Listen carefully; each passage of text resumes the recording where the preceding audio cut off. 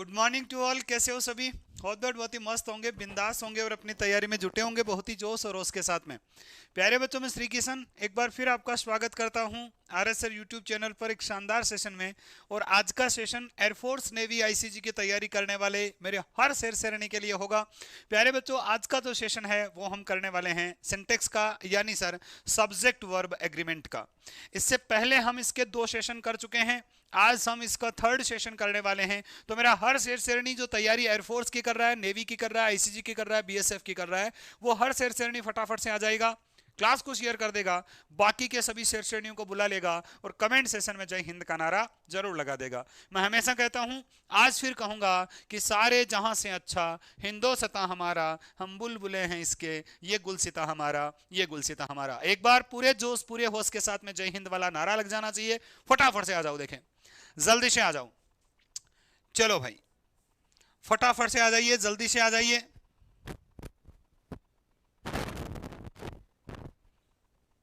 जल्दी कीजिए।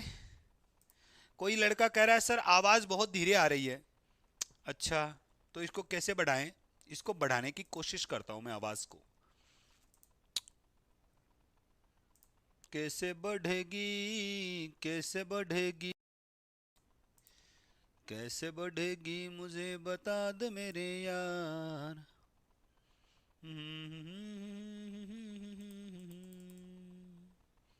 बताओ बताओ, देखें बढ़ जाए तो बताना। आवाज यदि बढ़ जाए ना तो मेरे को बता देना कि गुरुजी बढ़ गई, और जैसे ही बढ़ जाएगी मजा आ जाएगा, फिर देखना।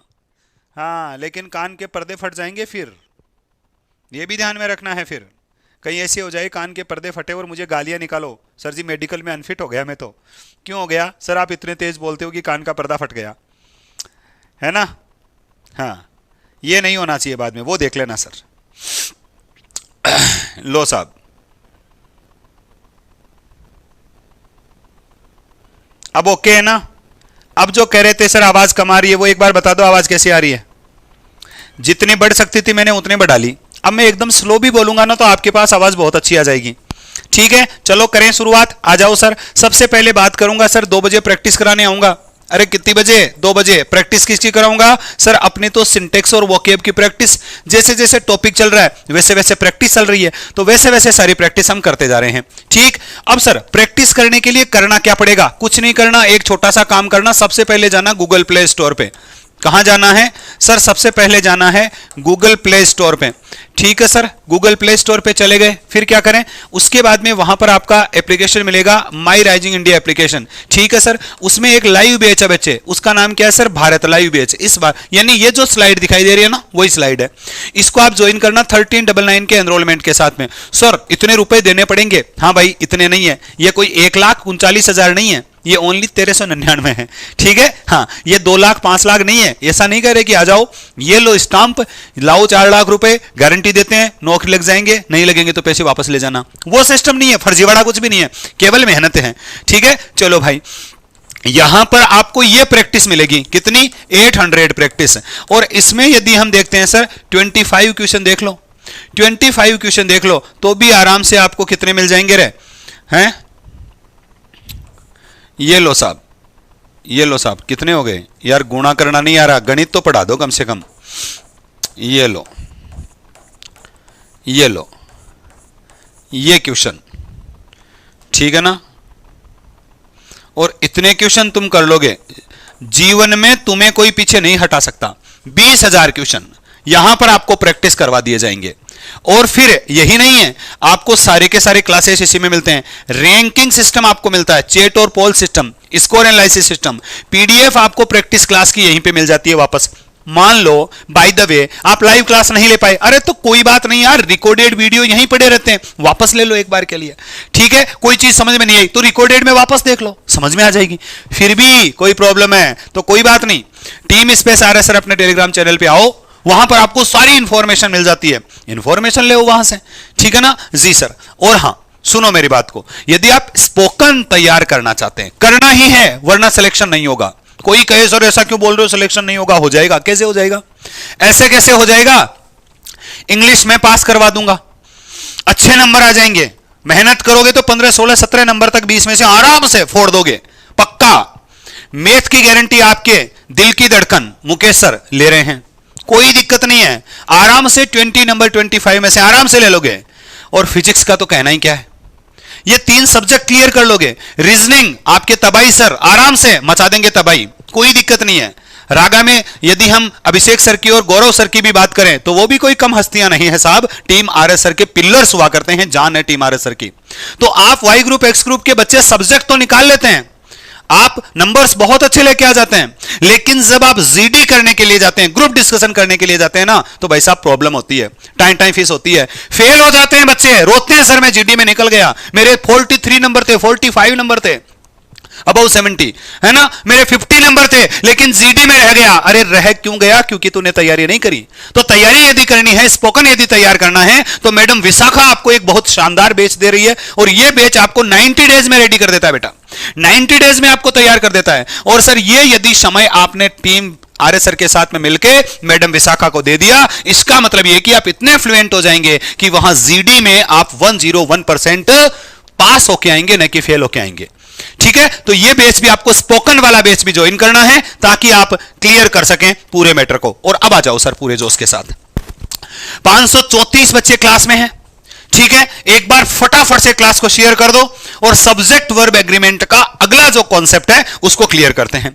तो सब्जेक्ट वर्ब एग्रीमेंट में हम क्या सीख रहे थे? कल एक बच्चे ने कहा वो सर जनरल रूल क्या है सर, उसको बताइए। एक बच्चे ने कहा कि सर जी जो जनरल रूल है ना, वो जनरल रूल क्या है उसको बताइए। तो जनरल रूल आपका क्या है कि सर यदि आपके सेंटेंस में सब्जेक्ट कैसा है, सर जी सिंगुलर है, ठीक है ना, तो बच्चे क्या होता है सर जी जो वर्ब आपकी होती है वो भी कैसे आती है, सिंगुलर आती है। सर ये आपका जनरल कॉन्सेप्ट है, ठीक है। यदि प्यारे बच्चे आपका सब्जेक्ट कैसा हो जाता है, सर जी प्लूरल हो जाता है, ठीक है, तो सर जी आपकी जो वर्ब है ना वो भी कैसे आती है, प्लूरल आती है। ये जनरल कॉन्सेप्ट है, this is called general rule. इसको आप बच्चे क्या बोलते हैं, जनरल रूल बोलते हैं। जैसे जैसे सर मैंने एक जगह लिखा राम जाता है, मैंने एक जगह क्या लिखा, राम जाता है, तो राम गो जाएगा। देखो सिंगुलर सब्जेक्ट के साथ में वर्ब सिंगुलर, लेकिन तुम जाते हो सर प्लूरल सब्जेक्ट हो गया, इसीलिए इसके साथ में वर्ब भी कैसे आएगी, प्लूरल आएगी। ये बेटा जनरल कॉन्सेप्ट होता है। लेकिन समस्या कहां है, समस्या कहां है? समस्या यहां है कि सर इनमें यदि कभी अपवाद आ जाता है ना, तो उस अपवाद की वजह से हमारी बैंड बज जाती है। अपवाद इंग्लिश में जो हैं वो हमारी बैंड बजा देते हैं, एक्सेप्शन हमारी बैंड बजा देते हैं। तो बच्चे यहां पर आपको थोड़ा सा एक्टिव होना पड़ता है, और जो अपवाद होते हैं वो आपको सीखने पड़ते हैं। ऐसा ही एक अपवाद मैंने आपको कल पढ़ाया, ऐसा ही अपवाद मैंने आपको कल पढ़ाया। क्या कि सर नीड और डेयर जो होते हैं वो दिखने में मेन वर्ब दिखते हैं, लेकिन जब वो मॉडल के रूप में होते हैं तो सिंगुलर सब्जेक्ट के साथ भी प्लूरल फॉर्म में आते हैं। ये मैंने कल आपको बताया था। और नीड और डेयर की जितनी कंडीशंस होती है, 3 कंडीशन उसकी होती है, तीनों की तीनों मैंने आपको कल क्लियर कर दी थी। आज मैं आपसे एक और अपवाद पे चर्चा करना चाहता हूं।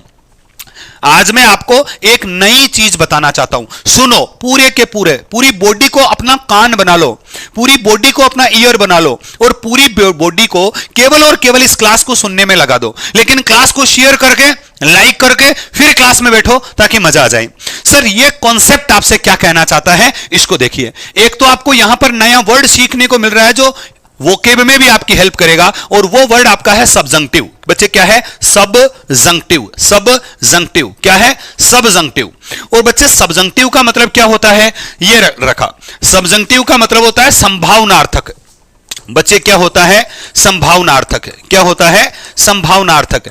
इसका मतलब क्या होता है, इसका मतलब क्या होता है, संभावना का अर्थ देने वाला, संभावना का अर्थ देने वाला, संभावना का अर्थ देने वाला, ठीक है, उसी को संभावनार्थक कहते हैं। यानी सर कोई वर्ड आपके सेंटेंस में ऐसा आ जाए जिससे केवल संभावना जाहिर हो रही है, जिससे केवल संभावना का पता चल रहा है, जिससे केवल अनुमान लगाया जा रहा है, उस वर्ड को हम क्या बोल देते हैं सर, उसको सब्जंक्टिव बोल देते हैं, संभावनार्थक बोल देते हैं।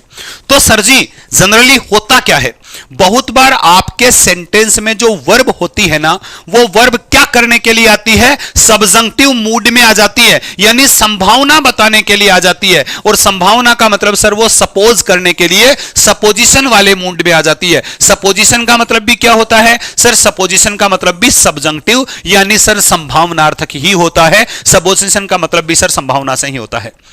ठीक है जी सर, अब मेरी बात को सुनिए सर। अब आपका पूरा मन मुझे यहां चाहिए कि सर ये क्या कह रहे हैं, हमें समझ में नहीं आ रहा। आएगा ना समझ में, अभी ऐसे कैसे आ जाएगा समझ में, समझ में आएगा जब आप इसको पढ़ोगे। देखो इसको मेरे साथ साथ पढ़ो। इफ यदि द वर्ब जो क्रिया है हैव द सब्जंक्टिव मूड, उसका यदि सब्जंक्टिव मूड होता है, संभावना का अर्थ वाला मूड होता है, या उसको आप अनरियल कंडीशन कह सकते हैं यानी अवास्तविक स्थिति कह सकते हैं, या इसको आप सपोजिशन बोल सकते हैं यानी सर सपोज करने के सेंस में आ जाती है। तो सर क्या होता है, इट इज यूज्ड, इसका यूज किया जाता है इन प्लूरल फॉर्म, बहुवचन क्रिया के रूप में, with singular subjects also, singular subject के साथ भी।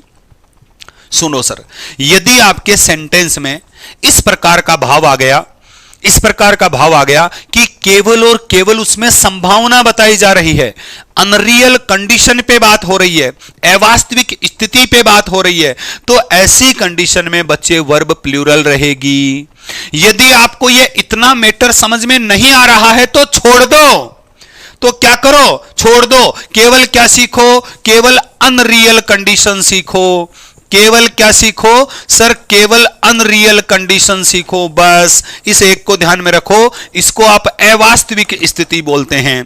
क्या बोलते हैं, अवास्तविक स्थिति बोलते हैं, या अवास्तविक शर्त बोलते हैं। ठीक है, अवास्तविक शर्त बोलते हैं। ध्यान रखना कि यदि आपके सेंटेंस में कोई ऐसा भाव आ जाए कि उसमें कंडीशन अनरियल है, अवास्तविक है, तो ऐसी कंडीशन में क्या होगा सर, ऐसी कंडीशन में वर्ब जो होती है बच्चे, क्या होता है मेरे भाई, सर जी जो वर्ब होती है ना जी सर, वो वर्ब हमेशा क्या रहती है, प्लूरल रहती है। बस यही बात आपको ध्यान रखनी है, वर्ब हमेशा प्लूरल रहती है, यह बात आपको ध्यान रखनी है। सर कैसे रहती है, देख मेरे बच्चे एक सेंटेंस आपको बताता हूं, एक सेंटेंस आपको बताता हूं। इफ यदि राम ब्लैंक डॉक्टर, राम एक डॉक्टर होता, ही वुड हेल्प यू, वो तुम्हारी सहायता करता। क्या कहा जा रहा है, यदि राम एक डॉक्टर होता वो तुम्हारी सहायता करता। बेटा ए ऑप्शन में लिखा है वॉज, बी ऑप्शन में लिखा है इज, सॉरी हां इज, ठीक है, सी ऑप्शन में लिखा है सर वर, और डी ऑप्शन में लिखा है सर हैव। बात को समझने की कोशिश करना। यदि मैं सेंटेंस में लिखता हूं Ram have a doctor, Ram के पास में एक डॉक्टर है, अरे राम के पास कैसे, राम किसी डॉक्टर का मालिक हो सकता है क्या, इसका तो कोई मतलब ही नहीं है, इसका तो कोई मतलब ही नहीं है। यहां पर भी जैसे आपने हेज लिख दिया, मान लो Ram has a doctor, Ram के पास एक डॉक्टर है, इंपॉसिबल यार, राम के पास कैसे डॉक्टर हो सकता है, राम का किसी डॉक्टर पे अधिकार कैसे हो सकता है जो वो मालिक होता तो। ठीक है, चलो भाई, लेकिन बात क्या है, बात यह है, चलो हेज भी सही हो जाता, लेकिन बात यह है कि ये इफ का मतलब क्या है, यदि ऐसा होता, यदि ऐसा होता, यानी सर केवल कल्पना है, केवल कल्पना है, तो अनरियल कंडीशन भी तो इमेजिनेशन होता है। अनरियल कंडीशन जो है ना वो भी इमेजिनेशन होता है, वो भी कल्पना ही तो होती है जी सर। तो यदि आपके सेंटेंस में कल्पना है, कल्पना का मतलब सर इमेजिनेशन है जी सर, और बच्चे इमेजिनेशन का मतलब अनरियल कंडीशन है। बच्चे क्या है, अनरियल कंडीशन है। तो ऐसी कंडीशन में क्या करेंगे सर, सिंगुलर सब्जेक्ट के साथ भी वर्ब कैसी आएगी, प्लूरल आएगी। इस बात को ध्यान रखना है, इस बात को ध्यान रखना है। एक बार मुझे कमेंट करके सारे बच्चे बताओ कि सर ये अवास्तविक स्थिति आपको समझ में आई क्या, ये अनरियल कंडीशन आपको समझ में आई क्या, ये इमेजिनेशन आपको समझ में आया क्या। एक बार मुझे कमेंट करके बता दो कि यह चीज आपको समझ में आई। अब बच्चे क्या कहेंगे, सर जी राम तो सिंगुलर है, सर जी राम तो क्या है, सिंगुलर है। जी सर। वर क्या है, सर जी प्लूरल है। ये हो ही नहीं सकता सर, ऐसा कैसे हो सकता है, ये एक साथ कैसे आ गया। गलत पढ़ाते हो इसके सर, गलत पढ़ाते हो इसके सर। गलत नहीं है बाबू, सही है। गलत नहीं है बेटा, सही है। क्या बात है, बात यह है कि यदि आपके सेंटेंस में कंडीशन अनरियल है, यदि आपके सेंटेंस में इमेजिनेशन है, कल्पना है, तो कल्पना वाले सेंटेंस में प्लूरल वर्ब ही आएगी, यह ध्यान रखना है बच्चे। ठीक है जी सर। एक बच्चा कह रहा है सर समझ नहीं आया, कोई बात नहीं, कोई बात नहीं, सबको समझ में आ जाएगा तो सारे नौकरी लग जाएंगे, और सारे ही नौकरी लग जाएंगे तो फिर भेड़े कौन चराएगा। सबको नौकरी थोड़ी लगना है, जिन जिन को समझ में आया उन्हीं उन्हीं को लगना है, जिनको नहीं आया टेंशन नहीं लेनी है। ठीक है। हाँ हाँ, एक बार मैं और समझा देता हूं, क्या पता दोबारा आ जाए, क्या पता दोबारा आ जाए, तो समझ लेना। आ जाओ मेरे पास, देखो बताता हूं सर।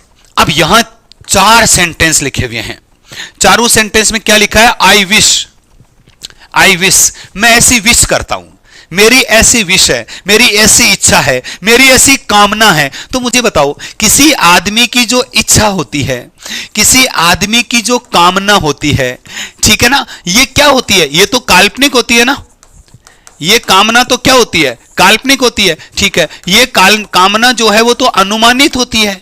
जी सर, अनुमानित होती है। जी सर, ये तो संभावित होती है। जी सर, ये रियल थोड़ी होती है, ये रियल होती है क्या, ना नहीं होती। तो क्या ये अनरियल होती है, हाँ अनरियल होती है। किसी भी व्यक्ति की कोई कामना होती है, किसी भी व्यक्ति की कोई इच्छा होती है, वो क्या होती है, वो अनरियल होती है सर, वो अवास्तविक होती है सर। क्या होती है, अवास्तविक होती है सर।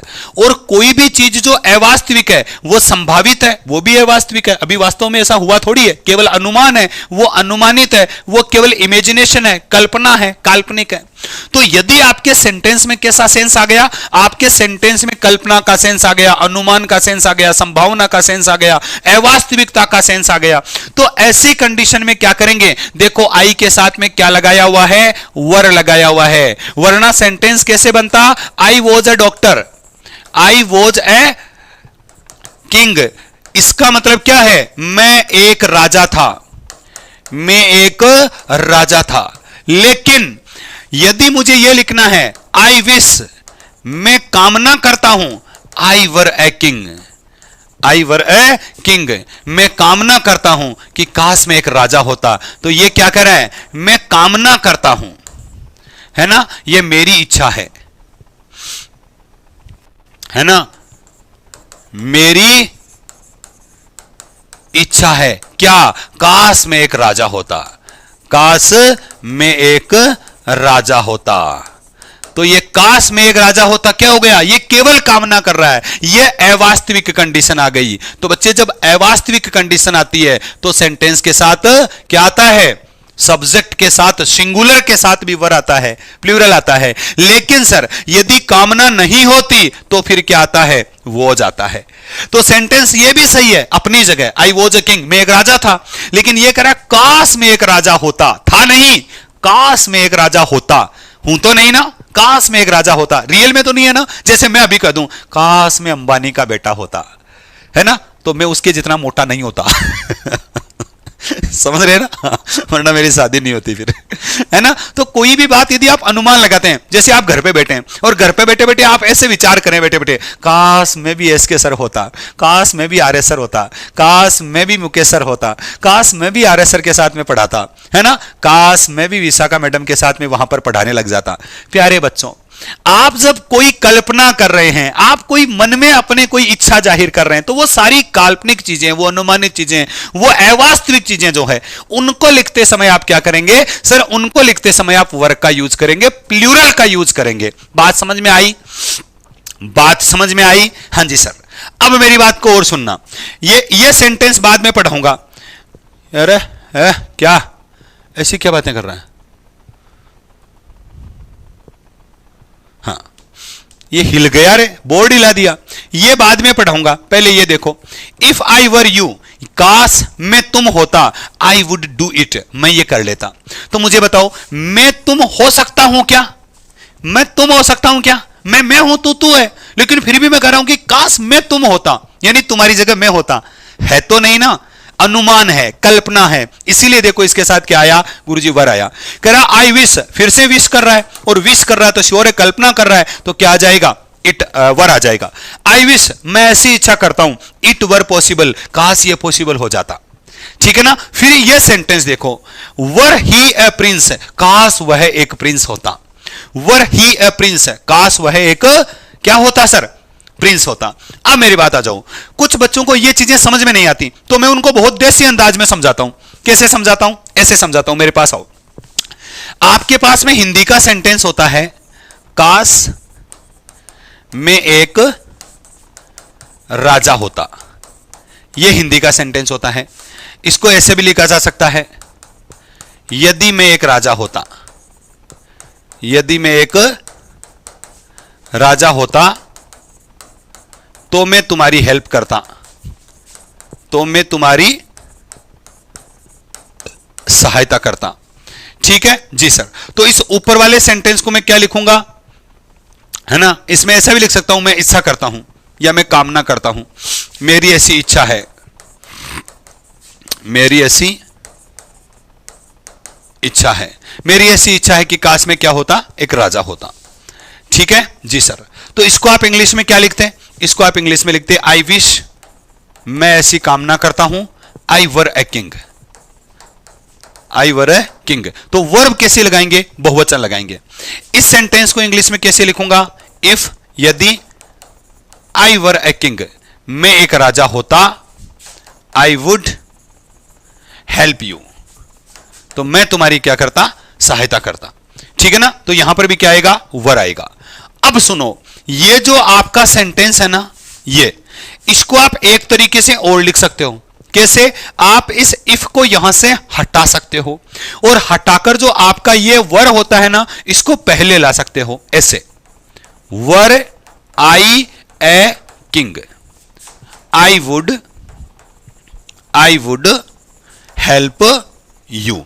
यानी चाहे तो आप ये लिख दो, if I were a king, चाहे तो ये लिख दो और चाहे ये लिख दो, वर आई ए किंग। दोनों का मतलब एक ही है, दोनों का मतलब एक ही है। इसीलिए एक सेंटेंस यहां पर लिखा हुआ है, वर ही ए प्रिंस, काश वह एक प्रिंस होता, है ना। तो इसको ऐसा भी लिखा जा सकता है ना, I wish he were A Prince, या फिर ही वर ए प्रिंस, वह एक प्रिंस होता।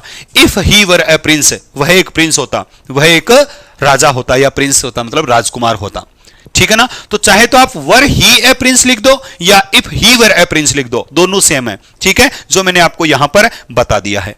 तो यहां से हमें क्या समझ में आया, हां, यदि सेंटेंस में ही सब्जेक्ट प्लूरल हो तो क्या करें फिर सिंगुलर मत लगा देना, फिर सिंगुलर मत लगा देना, है ना, फिर सिंगुलर लगाना ही नहीं है। एक लड़का कह रहा है सर प्लूरल हो तो प्लूरल ही तो है, आई प्लूरल है, देख ले, आई प्लूरल है, देख ले, आई प्लूरल है, देख ले, दिख रहा है ना। हाँ जी, लेकिन पास्ट टेंस में आई सिंगुलर भी बन जाता है, वर्ब सिंगुलर लेता है। कैसे, आई वॉज होता है ना, आई वॉज ए डॉक्टर, मैं एक डॉक्टर था, तो यहां पर ये सिंगुलर वर्ब ले रहा है।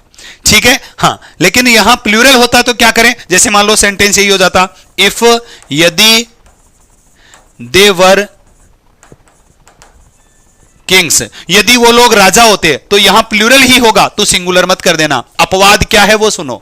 अपवाद ये था कि सर जब कल्पना वाला सेंटेंस होता है, अनरियल सेंटेंस होता है, तो ऐसी कंडीशन में सिंगुलर सब्जेक्ट के साथ में वर्ब प्लूरल आएगी, ये अपवाद है और ये हमें सीखना था, जो कि बात यहां क्लियर हो चुकी है। अब मुझे बताओ, ये बात हर बच्चे को समझ में आ गई क्या? बोलो फटाफट, ये बात हर बच्चे को समझ में आ गई क्या? एक बार मुझे बता दो, आपकी ओर से मुझे जवाब चाहिए।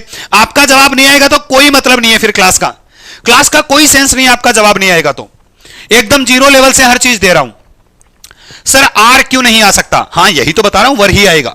आर प्रेजेंट में है, कल्पना के लिए वर आएगा, पास्ट में आएगा वर आएगा, ध्यान रखना, है ना। चलो सर,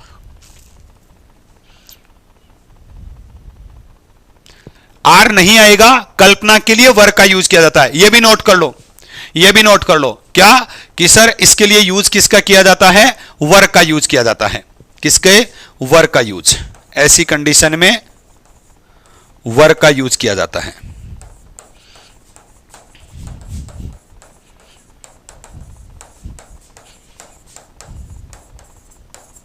यह भी नोट कर लेना, प्रेजेंट का मत कर देना ना, कल्पना के लिए वर का या पास्ट का यूज किया जाता है। ठीक है जी सर। वर्क की जगह हेड होता तो क्या करते हैं वो भी बता दूंगा, रुक जा, अभी कंडीशनल सेंटेंस में पढ़ाऊंगा वो चीजें।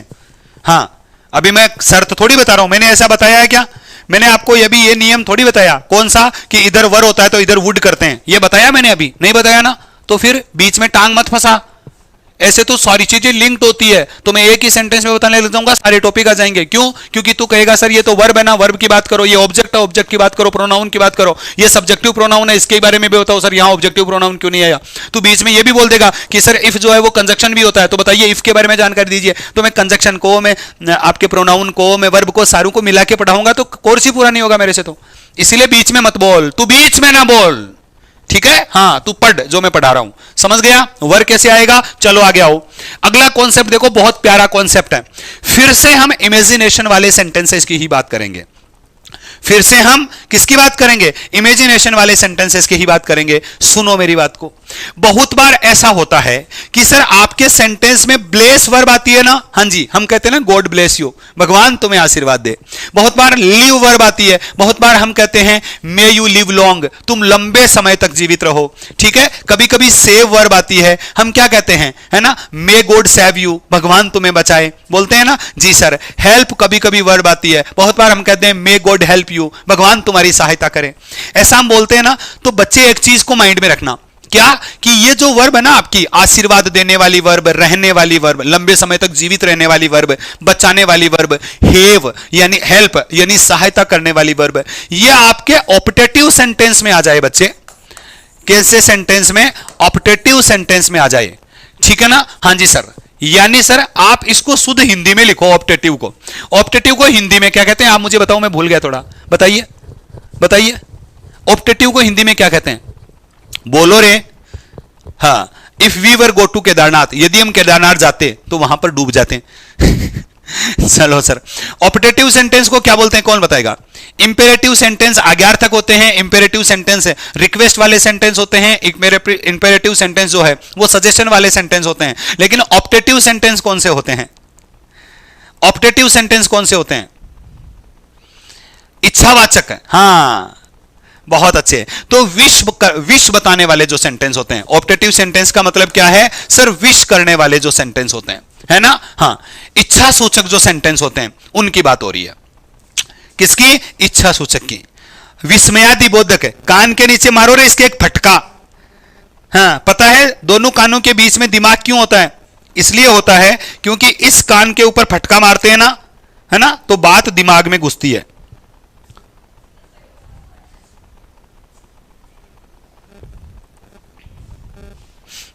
हाँ, इच्छा सूचक ही होता है, इच्छार्थक ही होता है, याद रखना सर, ठीक है?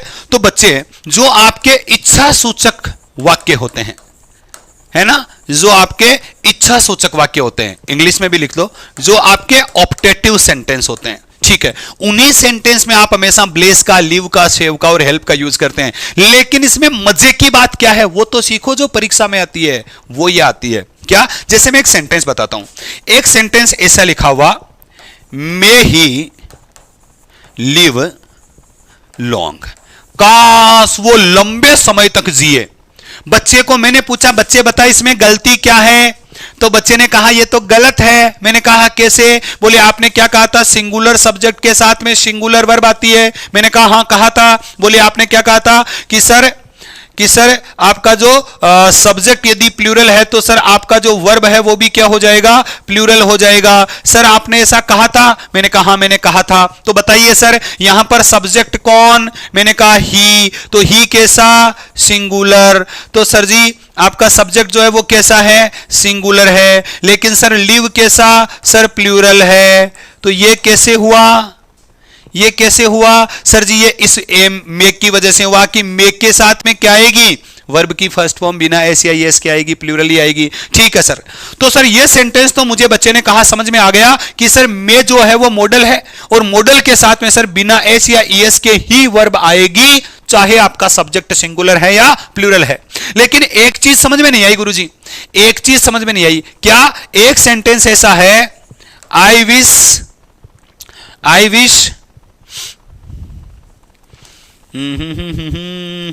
हाँ, एक सेंटेंस हमने बता दिया, गॉड सेव यू। एक सेंटेंस ऐसा लिख गया, गॉड सेव यू, भगवान तुम्हें बचाए।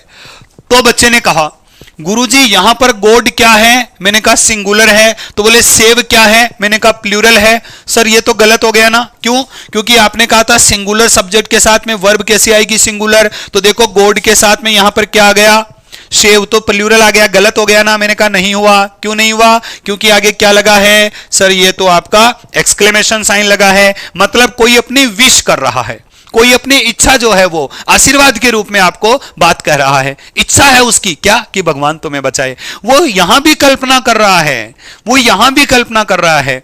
ऐसी कंडीशन में सब्जेक्ट के साथ में वर्ब कैसी आएगी, प्लूरल ही आएगी, सिंगुलर नहीं आएगी। बात समझ में आई? हां जी सर। यदि आपको बात और भी ज्यादा समझनी है तो आगे आओ, सेंटेंस को देखो, गॉड सेव द किंग, भगवान है ना, काश भगवान राजा को बचाए, भगवान राजा को बचाए। क्या कर रहा है, क्या कर रहा है सर, काश भगवान राजा को बचाए। अपनी इच्छा, विश है, ये उसकी इच्छा है भाई, ये उसकी विश है और विश है, इसीलिए देखो गॉड के साथ में कैसी वर्ब आ गई, सेव प्लूरल आ गई। बच्चे बात सही है ना? ऐसा मत कर देना, ऐसे सेंटेंस में आप ऐसा लिख दो, गॉड सेव्स, गॉड सेव्स, ऐसा लिखते ही सेंटेंस गलत हो जाएगा।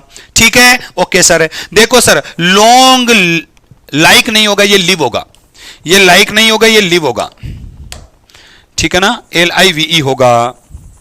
जी sir, long live the God, ये सेंटेंस आया sir, long live the God, live the king, कि राजा जो है उसकी लंबी उम्र हो, काश राजा की उम्र क्या हो, लंबी हो। तो देखो यहां पर सब्जेक्ट आपका कौन, किंग है। देखो लिव कैसा आया, प्लूरल ही आया। फिर देखना, लॉर्ड ब्लेस यू, भगवान तुम्हें आशीर्वाद दे, लॉर्ड हेल्प यू, भगवान तुम्हारी सहायता करे। देखो लॉर्ड कैसा, सिंगुलर, फिर भी ब्लेस कैसा आया, प्लूरल आया, फिर भी हेल्प कैसा आया, प्लूरल आया। लॉन्ग लिव अवर फ्रेंडशिप, हमारी दोस्ती लंबे समय तक चले, फ्रेंडशिप कैसी है, सिंगुलर, लेकिन फिर भी लिव कैसा आया, प्लूरल आया। तो जब भी आपके सेंटेंस में बच्चे क्या होता है, जब भी आपके सेंटेंस में सर क्या होता है, कल्पना होती है, विश होती है, इच्छा होती है, तो कुछ वर्ब विशेष होती है। कौन सी वर्ब होती है सर जी, ब्लेस वर्ब होती है। कौन सी वर्ब होती है, हेल्प वर्ब होती है। कौन सी वर्ब होती है सर जी, आपका शेव वर्ब होती है ना। और कौन सी वर्ब होती है, लिव वर्ब होती है। तो बच्चे ये जो वर्ब है ना, वो कैसे आएगी, प्लूरल ही आएगी। कैसे सेंटेंसेस में सर, इच्छार्थक सेंटेंसेस में, है ना, जिनको आप इच्छावाचक सेंटेंस बोल सकते हैं। तो ऐसे सेंटेंसेस में हमेशा वर्ब क्या आएगी, प्लूरल आएगी, चाहे आपका सब्जेक्ट सिंगुलर ही हो। बताओ बात समझ में आई?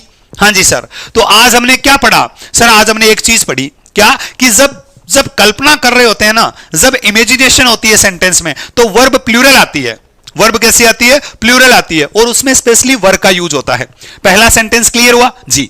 और दूसरा क्या था, दूसरा यह था कि सर जब भी हम किसी सेंटेंस में अपनी इच्छा को, अपनी विश को प्रेजेंट करते हैं, जब भी किसी सेंटेंस में अपनी विश को प्रेजेंट करते हैं, और विश को प्रेजेंट करते समय चार वर्ब अपने पास में आ जाए, जिसमें ब्लेस है, जिसमें हेल्प है, जिसमें सेव है, जिसमें लिव है, ये चारों वर्ब यदि कोई विश प्रेजेंट करते समय आती है, तो ऐसी कंडीशन में सब्जेक्ट चाहे सिंगुलर हो, अपना वर्ब कैसे होगा, प्लूरल होगा। ये दो कॉन्सेप्ट हमने पढ़े जी सर। इसीलिए यहां पर लिखा हुआ है दीज वर्ब्स, ये जो चारों क्रियाएं हैं, if have the subjunctive mood, यदि उनका भी संभावना, ठीक है, संभावनार्थक मूड होता है, संभावना बताने वाला मूड होता है, are used in plural form, तो यह भी बहुवचन होती है with singular subject, singular subject के साथ में। तो चारों वर्ब तैयार, ओके सर। चलो आगे, चलो सर आगे आ जाओ बच्चे, आगे आ जाओ बच्चे।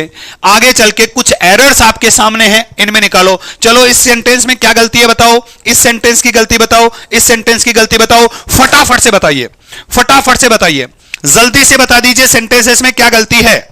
बोलो, अरे बोलो, फटाफट बोलिए। किसी अंगूर की बेटी से मोहब्बत कर ले, शेरशाहत की नसीहत से बगावत कर ले, उसकी बेटी ने उठा रखी है सिर पर दुनिया, ये तो अच्छा हुआ अंगूर को बेटा ना हुआ। बताओ फटाफट। क्लास को जिसने लाइक नहीं कर रखा वो क्लास को लाइक कर देना, है ना। और गलती बताइए क्या लिखा है sir, if he was a bird, काश वो लड़का एक पक्षी होता। तो लड़का पक्षी हो सकता है? नहीं सर, कल्पना है, इमेजिनेशन है। तो भाई इमेजिनेशन है तो वॉज की जगह क्या हो जाएगा सर जी, वर हो जाएगा। बात समझ में आ गई क्या? परीक्षा में ऐसा ही क्वेश्चन आएगा, एग्जाम में ऐसा ही क्वेश्चन आएगा। ठीक है sir, God saves the queen, काश रानी को भगवान बचा ले, काश भगवान रानी को सेव करे। तो सर क्या है, विश, इच्छार्थक सेंटेंस है, और इच्छा वाला सेंटेंस है तो प्लूरल होगी कि नहीं होगी? वर्ब, जी गुरुजी होगी। बोलो बात समझ में आ गई? आ गई सर। फिर सेंटेंस देखिए, आई वुड डू इट, मैं ये कर देता। इफ आई वॉज ही, यदि मैं वह होता। तो मैं वह होता कल्पना है, इमेजिनेशन है, अनरियल कंडीशन है। और जब अनरियल कंडीशन होती है तो वॉज की जगह क्या आ जाएगा गुरुजी? वर आ जाएगा। बोलो बात समझ में आई क्या? हाँ जी सर, बात समझ में आई? हाँ जी सर। चलो भाई आगे आओ, आगे आके बताओ इनमें क्या क्या गलती है। He needs note right more, he needs note right more on this subject, इस सब्जेक्ट पे उसे ज्यादा लिखने की जरूरत नहीं है। इसमें गलती बताओ। सी डेयर्स नोट रन अवे, सी डेयर्स नोट रन अवे, है ना, वो ज्यादा दूर दौड़ने की कोशिश नहीं करती, सॉरी वो भागने का साहस नहीं कर सकती या नहीं करती। ठीक है। He need to work hard, उसे कठिन परिश्रम करने की जरूरत है। ठीक है। If I was you I would not agree to that foolish proposal. बताइए सर कहां कहां क्या क्या गलती है? बोलो सर कहां कहां क्या क्या गलती है? एरर बतानी है बच्चे, इनमें एरर बतानी है किसी को पता? देखो सर, यहां पर नीड के बाद में नोट आया है, मतलब नीड मॉडल है, तो बच्चे क्या हो जाएगा? नीड नोट राइट हो जाएगा। बात समझ में आई? गुरुजी आ गई। फिर देखो यहां पर डेयर के बाद में नोट आया है, तो बच्चे ऐसी कंडीशन में डेयर मॉडल है। ठीक है, तो क्या हो जाएगा? डेयर नोट रन अवे हो जाएगा। ठीक है सर, सेंटेंस आई समझ में? बात आ गई गुरुजी। बच्चे यहां पर नीड क्या है गुरुजी? यहां नीड मेन वर्ब है, यहां नीड क्या है सर? मेन वर्ब है। तो क्या बनेगा? ही नीड्स बनेगा सर। क्या बनेगा? ही नीड्स बनेगा सर, तब सेंटेंस सही होगा। यहां पर सर कल्पना है तो वॉज की जगह क्या हो जाएगा गुरुजी? वर हो जाएगा। अब आपका सेंटेंस सही हो जाएगा। बोलो रे बच्चों, बात समझ में आई क्या? बात समझ में आई क्या?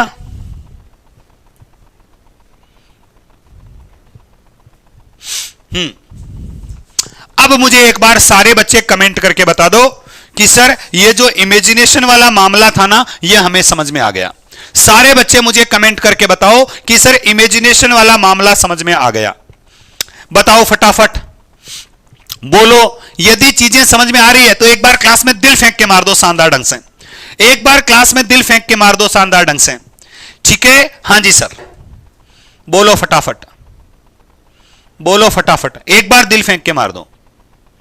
हाँ जी, बहुत अच्छे बहुत अच्छे बहुत अच्छे, शानदार। ऐसे लगना चाहिए क्लास में एक बार के लिए, कमेंट सेशन में लगना चाहिए सबको कि मजा आ गया। हाँ, कमेंट सेशन में लगना चाहिए कि सर मजा आ गया। नहीं, मजा नहीं आया, मजा नहीं आया, और ज्यादा दिल और ज्यादा फेंकने हैं, दिल और ज्यादा फेंकने हैं। मजा नहीं आ रखा है ना, और ज्यादा। बहुत अच्छे बहुत अच्छे बहुत अच्छे, शानदार मेरे प्यारे बच्चों। तो जितना प्यार आप यहां क्लासेस में दिखा रहे हैं ना, बस इतना ही प्यार आप अपने मम्मी पापा के प्रति भी रखिए। इतना ही प्यार आपको अपनी मम्मी पापा के प्रति रखना है ताकि आप उनका सपना पूरा कर सको। तो प्यारे बच्चों, जितना प्यार आप इस क्लास को दे रहे हैं उतना प्यार आपको अपनी मम्मी पापा के सपने को पूरा करने के लिए दिखाना है। इसी डिटर्मिनेशन के साथ में, इसी डेडिकेशन के साथ में आपको लगे रहना है। यदि कोई चीज समझ में नहीं आती है तो आप उसे पूछ सकते हैं, बार बार पूछिए, लेकिन आपको हर चीज को समझकर चलना है, फूंक फूंक कर कदम रखना है। सपना लिया है यदि स्तन को वर्दी से सजाने का, तो आपको भाई वर्दी से स्तन को सजाना है, मम्मी पापा के सपने को पूरा करना है। चलिए सर आगे चलते हैं, आगे बढ़ते हैं। आ जाओ मेरे बच्चे, आ जाओ जी सर, आगे चलते हैं और आगे चल के बात करेंगे एक प्यारी सी चीज की। आपकी स्क्रीन पर आपको एक लीडर बोर्ड दिखाई दे रहा है, ये क्या माजरा है बच्चे? जब भी कोई बच्चा हमारे बैच में आता है, भारत लाइव बैच में आता है इस एनरोलमेंट के साथ में, और वो हमारे साथ में मिलकर ये प्रैक्टिस करता है, चाहे वो मिक्स प्रैक्टिस है या सब्जेक्ट टॉपिक वाइज प्रैक्टिस है बच्चे। उस प्रैक्टिस के बाद में एक आपका लीडर बोर्ड आपको दिखाई देता है। कल अपनी जो 2 बजे क्लास हुई थी, प्रैक्टिस की क्लास हुई थी, उसमें जो 1 नंबर पे बच्चा आया था वो आपका गजराज सिंह था, और गजराज सिंह ने 17 क्वेश्चन टोटल करे और एक भी उसका गलत नहीं हुआ। देखो, यानी टोटल पूरे मार्क्स उसने प्राप्त करे। मनीष गोदारा आपके सामने आया, इसने भी 17 क्वेश्चन मैंने करवाए थे, 17 ही बच्चे ने करे, एक भी क्वेश्चन गलत नहीं हुआ। फिर देखिए सर, वंदना गुर्जर नाम की एक बच्ची है, कौन कहता है, मैंने एक छोटी सी बात कही थी कि आजकल दर्जी भी सलवारों में जेबें लगाने लगे हैं। आजकल दर्जी भी सलवारों में जेबें लगाने लगे हैं। अरे बेटियों को इस मुकाम तक आने में जमाने लगे हैं, बेटियों को इस मुकाम तक आने में जमाने लगे हैं। तो भाई साहब, यहां पर वंदना ने भी बहुत शानदार परफॉर्मेंस दिखाई, 16 क्वेश्चन इसने टोटल करे, एक भी गलत नहीं किया। फिर देखिए, विनायक सेन नाम का बच्चा, इसने भी सर 16 क्वेश्चन करे, एक भी गलत नहीं किया। मोहित जाट ने बच्चे 16 क्वेश्चन करे, एक भी गलत नहीं किया। ये टॉप 5 स्टूडेंट्स वो हैं जिन्होंने सिंगल क्वेश्चन भी गलत नहीं किया। अब इनके लिए दिल क्लास में फेंक के मार दो एक बार के लिए। फिर देखो बच्चे, अभिनव बच्चे ने 17 क्वेश्चन टोटल करे, एक उसका गलत हो गया, 16 क्वेश्चन उसके सही हुए, लेकिन नंबर्स देख के सर माइनस मार्किंग के साथ में आ गए, इसीलिए 15.75 ही गेन कर पाया। फिर देखिए सर, आपका सार्थक प्रजापत बच्चा है, इसने भी 17 क्वेश्चंस करे थे, एक इसका भी गलत हुआ, इसके भी 15.75 नंबर ही आ पाए। साथ ही साथ आपका बुद्धि प्रकाश चौधरी नाम का कोई बच्चा है, इसका एक क्वेश्चन 17 में से गलत हुआ, इसके भी 15.75 आए। यहां पर देखिए सर, मिलन कुमार नाम का बच्चा, इसका भी एक क्वेश्चन गलत हुआ, 15.75 आए सर। आपका धीरज शर्मा नाम का बच्चा है, इसने भी सर जी एक क्वेश्चन गलत कर दिया और 15.75 आए। बच्चे, जो बच्चा प्रैक्टिस करता है और रेगुलर मेहनत करता है, उस बच्चे को वास्तव में पता होता है कि क्वेश्चन कैसे आएगा, मुझे क्वेश्चन को कैसे हैंडल करना है, मुझे माइनस मार्किंग के साथ में नंबर कैसे मिल रहे हैं, यह बच्चे को पता चलता है। और यह पॉसिबल हो पाता है केवल और केवल अपने भारत लाइव बैच पे, जहां हम प्रैक्टिस करते हैं। ठीक है, तो अभी भी कोई बच्चा ऐसा है जो प्रैक्टिस बैच में नहीं है, अभी भी कोई बच्चा प्रैक्टिस करने से दूर है, आप दूर मत रहिए, प्रैक्टिस में आप रेगुलर आइए, फिर देखते हैं आपका सपना पूरा कैसे नहीं होगा, सपने को पूरा होना पड़ेगा। ठीक है, तो इन सारे बच्चे जो टॉप 10 स्टूडेंट्स अपनी क्लास में रहे हैं, जो पहली और दूसरी रैंक पर और तीसरी रैंक पर बच्चे आए हैं, इन सबको मैनी कांग्रेचुलेशंस। इसी प्रकार पहले दिन जो आपने मेहनत करी है, आप अंतिम दिन भी ऐसे ही मेहनत करते रहना, आपका सपना जरूर साकार होगा, मम्मी पापा का सपना जरूर पूरा होगा। और चलो सर, अगले कॉन्सेप्ट पे चलता हूं, बहुत ही प्यारा कॉन्सेप्ट है, बहुत ही अच्छा कॉन्सेप्ट है। अगला कॉन्सेप्ट आपको क्या कहता है सर, एक बार आ जाइए बच्चे, अगला कॉन्सेप्ट आपको क्या कहता है, एक बार पूरा मन बना लीजिए क्लास में। अगले कॉन्सेप्ट पे चलते हैं कि सर, यदि आपके सेंटेंस में नाउन लिखा हुआ हो, जी सर नाउन लिखा हुआ हो, उसके बाद में बच्चे प्रीपोजिशन आ जाए, जी सर प्रीपोजिशन आ जाए, उसके बाद में एक और नाउन आ जाए बच्चे, क्या आ जाए, एक और नाउन आ जाए, तो सर ऐसे में क्या हो जाएगा, सुने मेरी बात को, कि सर इन दिस टाइप, इस प्रकार ऑफ सेंटेंसेस, यानी सर जो इस प्रकार के सेंटेंस होते हैं, इनमें the verb is used, verb का यूज किया जाता है according to the noun, noun के अनुसार, यूज्ड बिफोर द प्रीपोजिशन, जो प्रीपोजिशन से पहले आई है। ये क्या कहना चाहता है, मैं अपनी लैंग्वेज में आपको समझाता हूं कि बच्चे, कभी कभी जो सब्जेक्ट होता है ना सेंटेंस का, हां जी सर, उस सेंटेंस के सब्जेक्ट में क्या होता है, पहले एक नाउन आता है, उसके बाद में एक प्रीपोजिशन आता है, ठीक है, और उसके बाद में नाउन आता है। यह सारा मिलके क्या बन जाता है, सब्जेक्ट बन जाता है। अब क्या होता है सर, इसके बाद में आएगी वर्ब, हां जी सर, तो वर्ब में बच्चे कंफ्यूज हो जाते हैं, बच्चे सोचते हैं कि इस नाउन के अनुसार वर्ब लगाऊं या इस नाउन के अनुसार वर्ब लगाऊं, इसको मैं नाउन 1 बोलता हूं और इसको मैं नाउन 2 बोलता हूं। तो याद रखना, ऐसी कंडीशन में आपका जो नाउन 1 रहेगा, उसी के अनुसार आपको वर्ब लगानी है, इस बात को ध्यान रखना है, इस बात को ध्यान रखना है। यह चीज यदि माइंड में रख लोगे तो आपसे गलती नहीं होगी। कैसे नहीं होगी, मेरे साथ आओ, मैं समझाता हूं, देखो, है ना, मैं नया सेंटेंस बना देता हूं, मैं नया सेंटेंस बना देता हूं, तो मैं कह सकता हूं, क्या कह सकता हूं, the colour of these pens is black. आप थोड़ा सा देखें बच्चे, ये सेंटेंस जब हम देखते हैं तो बच्चों को मैं पूछता हूं बच्चे गलती क्या है, तो बच्चा दिमाग लगाता है क्या गलती है, क्या गलती है, क्या गलती है, क्या गलती है, क्या गलती है। बच्चा जाता है सीधा कहां पर, इज के पास, और इज उसे दिखता है सिंगुलर, ठीक है, लेकिन इज से पहले उसको पेन्स दिखाई देते हैं, पेन्स उसे दिखते हैं प्लूरल, पेन्स उसे दिखते हैं प्लूरल। तो बच्चा कहता है सर गलती मिल गई। मैंने कहा क्या, बोले देखो पेन्स के अनुसार इज की जगह आर आएगा, लेकिन गलत है, आर नहीं आएगा। क्यों? क्योंकि सेंटेंस के सब्जेक्ट को पहचानिए बच्चे।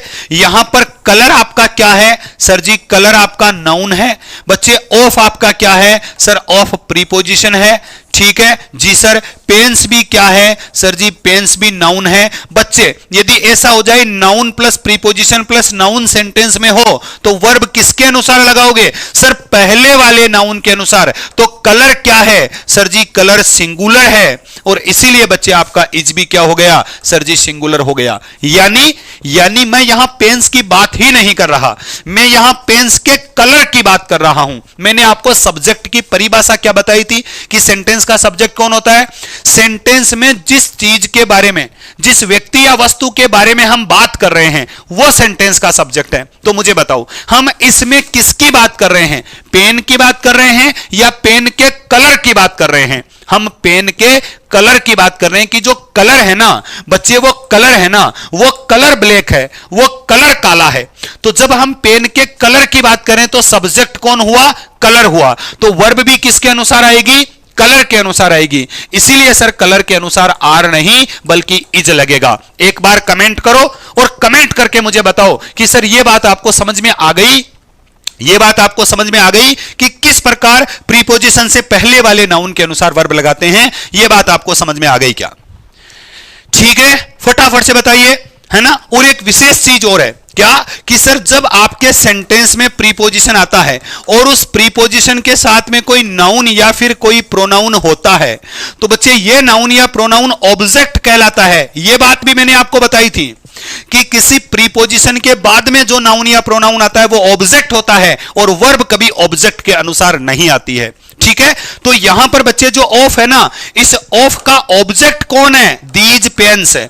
ऑफ का ऑब्जेक्ट पेन्स है, तो पेन्स के अनुसार वर्ब नहीं आएगी। क्यों? क्योंकि पेन्स जो है वो ऑब्जेक्ट है, किसका, ऑफ का ऑब्जेक्ट है, प्रीपोजिशन का ऑब्जेक्ट है। यह भी मैंने आपको बताया था, ठीक है। चलो सर, इसीलिए आप देखिए सेंटेंस आपके सामने है क्या, the merit of these books. Books क्या है सर, नाउन है। मेरिट क्या है सर, नाउन है, लेकिन ऑफ से जुड़ी हुई है। तो ये इज वर्ब किसके अनुसार आया सर, वो बुक्स जो है ना, ये तो ऑब्जेक्ट हो गया ऑफ का, तो बुक्स के अनुसार इज नहीं आएगा। मेरिट सिंगुलर है, देखो इज भी सिंगुलर आया। उसी प्रकार द कॉस्ट ऑफ प्रोडक्शन, तो देखो ऑफ के बाद में प्रोडक्शन आ गया तो ऑब्जेक्ट है, इसके अनुसार वर्ब नहीं आएगी। ऑफ के बाद में कंज्यूमर गुड्स, ये गुड्स भी क्या हो गया सर, ऑब्जेक्ट हो गया। क्यों? क्योंकि ये ऑफ के बाद में आया है, ठीक है। उसके बाद में इन आपका प्रीपोजिशन, तो इस प्रीपोजिशन के बाद में ऑल द कंट्रीज, ये भी क्या है सर, ऑब्जेक्ट है, इसके अनुसार भी नहीं आएगा। क्यों?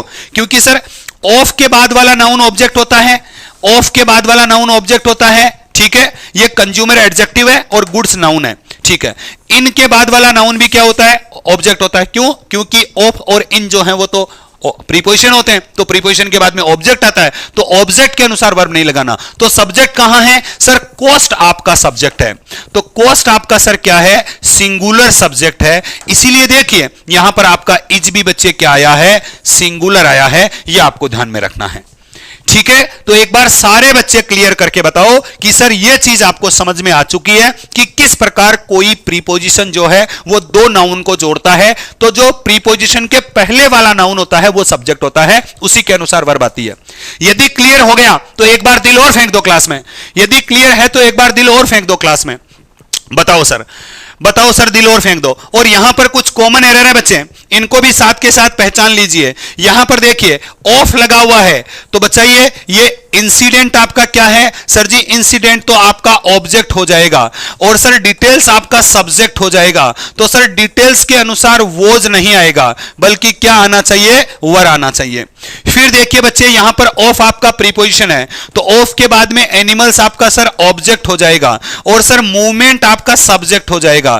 तो सर मूवमेंट सिंगुलर है इसीलिए बच्चे आर नहीं बल्कि क्या हो जाएगा? इज हो जाएगा। ठीक है, देखिए सर यहां पर बेटा आपका फ्रॉम लिखा है, फ्रॉम के बाद में कंट्रीज बच्चे प्लूरल है लेकिन ये ऑब्जेक्ट है प्रीपोजिशन का। तो बच्चे मिलिट्री हेल्प आपका सब्जेक्ट हो जाएगा। बच्चे हेल्प सिंगुलर है इसीलिए वर्क की जगह क्या हो जाएगा? बच्चे वोज हो जाएगा।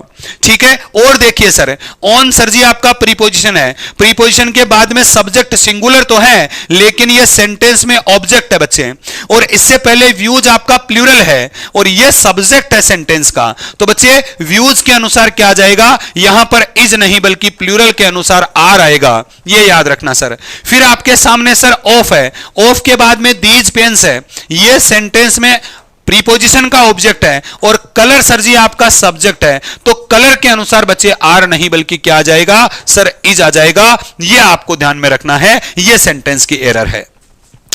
बताओ रे बच्चों, एक बार जो भी नए बच्चे क्लास में हैं वो सारे बच्चे मुझे बताओ कि 3 दिन में हमने सब्जेक्ट वर्ब एग्रीमेंट पे काम किया है, 3 दिन में हमने सिंटैक्स पे काम किया है, आप कहां तक पहुंचे हैं? यानी आप किस लेवल से समझ रहे हैं? क्या चीजें आपको समझ में आ रही है या फिर यूं ही हवा में बह रहे हो? एक बार मुझे कमेंट करके बता दो कि क्या आपको चीजें क्लियर समझ में आ रही है। यदि मैं ऐसे ही समझाता रहूंगा तो क्या जितनी चीजें मैं समझा दूंगा उतनी आप समझ जाओगे? समझ जाओगे? एक बार मुझे कमेंट करके सारे बच्चे बता देंगे, एक बार मुझे कमेंट करके सारे बच्चे बता देंगे। बताओ सर, बोलिए।